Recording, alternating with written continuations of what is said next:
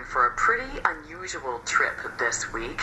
She's heading to West Africa to run across the Gambia. That's the smallest country in West Africa, but no less hot and humid. And she'll be running 430 steamy kilometers to be exact. She's planned the grueling run to raise money for the Nova Scotia Gambia Association, an organization that works to improve education and health in the country. Erin spends her work days as a nurse in a youth health center at Dartmouth High School in Nova Scotia, and we reached her there earlier. Hi, Erin. Hi, Carmen. How are you doing? I'm doing great, thanks. You must be getting quite excited. I am, yeah. Departure day is quickly approaching. Well, take us back to the beginning. Where did this idea start?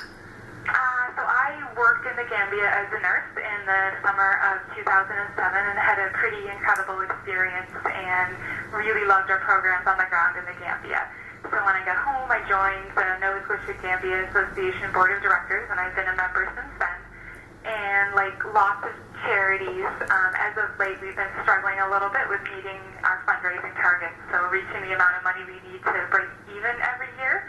And this year, we were looking at having a particularly difficult year raising the money that we needed to continue. So this fall, I was thinking about how I wanted to do something to help NSGA raise the money that we needed.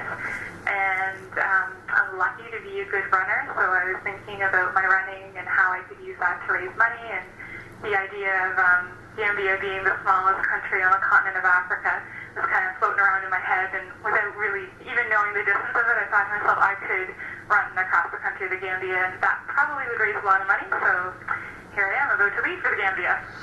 And so how long ago did you decide you were going to do this? I decided in October.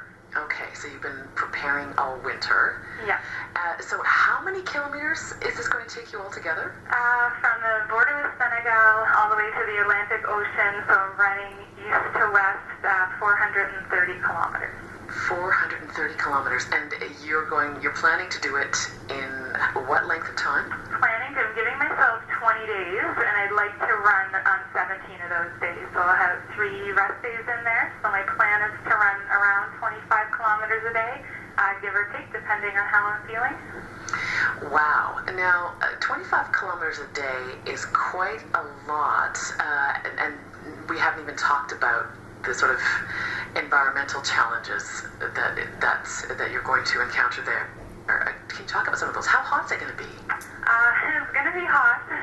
When I was in the Gambia 3 summers ago, I know what I'm getting myself into. I've been there, and 3 summers ago my rule was at no point in time did I ever want to actually know the temperature, because when you know the number, it feels hotter. So I know that while I was there, the temperature was between 36 and 39 degrees.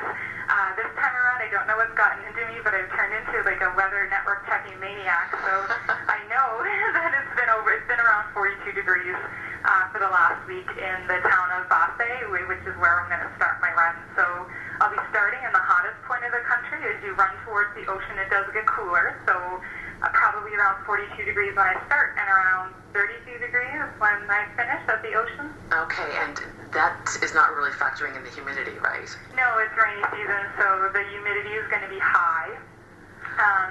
The rain will help cool down the temperature a little bit. Although rainy season there doesn't mean it rains for days on end like it does in Nova Scotia. It rains really intensely for a few hours at a time. Hopefully, sometimes that will mean it rains during your run. I hope so, yeah. And so is that the biggest challenge, or are there others? I think so. You can't really do anything to control the heat. I haven't been able to do anything to really effectively prepare for the heat. We haven't even had a warm month of June. A couple of my runs in the last few weeks have been warm at around 20 degrees, and I thought to myself, at no point in Gambia is it going to be as cool as 20 degrees.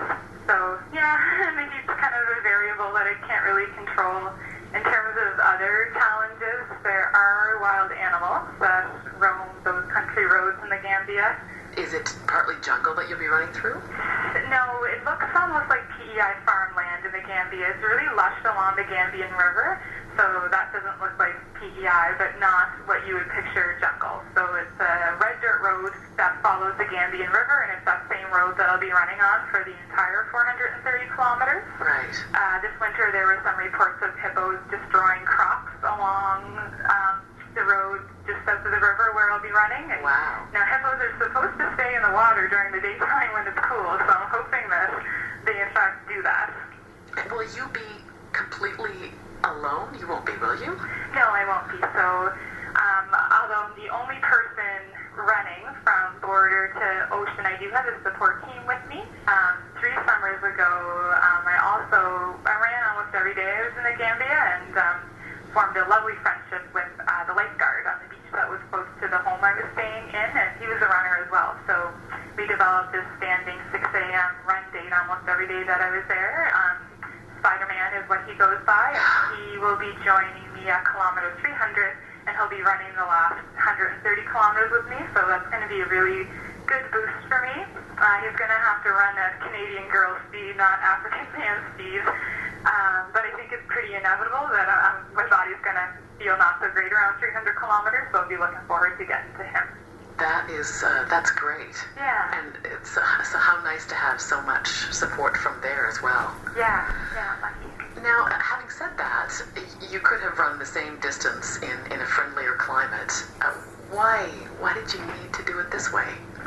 I needed to do it this way for the Nova Scotia Gambia Association. I felt like people might embrace my cause a little bit more if I was doing something, kind of unique that most people don't do. And I think for the Nova Scotia Gambia Association, we've got some pretty incredible programs on the ground in the Gambia, and I'm going to be able to visit them during my run. I'll be running through communities where our HIV programs happen and where our malaria programs happen. So that's going to let me bring images of our programs right into people's homes in Halifax. They'll get to learn a little bit more about the NSGA in the Gambia, and had I just done a run here, they wouldn't have gotten that. Right, so you've got a whole bunch of projects on the go while you're there. I do, yeah.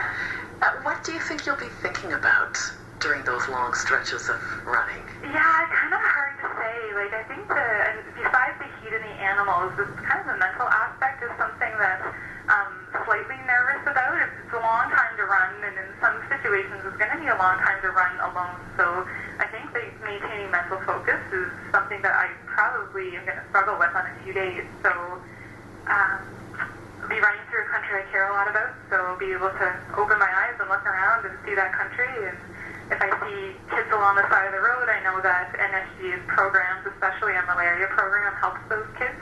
In 2010, 1,000 kids under the age of 5 died of malaria in the Gambia. It's a country with a population about equivalent to PEI and Nova Scotia together.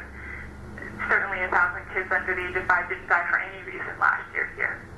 So the run's important. I'm hoping that remembering the importance of the run is going to help me get through some hard times. What are people in the Gambia saying about you doing this? They're pretty excited about it. So the Nova Scotia Gambia Association, our staff, we only have 1 staff in Halifax. The rest of our staff, 25 of them, are in the Gambia. And it's unusual for one of our fundraising events to actually take place in the Gambia. So they're pretty excited about that. At the very beginning of this journey, I asked one of our staff members to get in touch with the Gambia's running club. We heard back from a member of the running club who, incidentally had graduated from university through a Nova Scotia Gambia Association program. So he knew about our organization, was really excited about this run happening. He happened to also be a government official with the sports council, so he took it upon himself to send one of his own staff persons all the way across the country to let all the communities know that I was going to be coming, and he's let people in the running club know that I'll be coming, so that if I'm running through communities where people live, they can join me for small parts. So I've been lucky to have my cause embraced by a lot of people in the Gambia. It sounds like it's going to be pretty unforgettable. Yeah. All the luck in the world. Thanks, Carmen. That is Erin Poirier. She is leaving this Sunday to run across the Gambia in West Africa. Her run starts July the 7th, which is next Thursday, and she's raised almost $30,000 so far. Erin is also going to be carrying a tape recorder with her, so her run can be immortalized in a radio documentary, so stay tuned for that as well. In the meantime, you can follow her trip and her run on her website at loveforgambia.com. We'll post a link on our Facebook group, Close to Home CBC Radio 1. It's 19...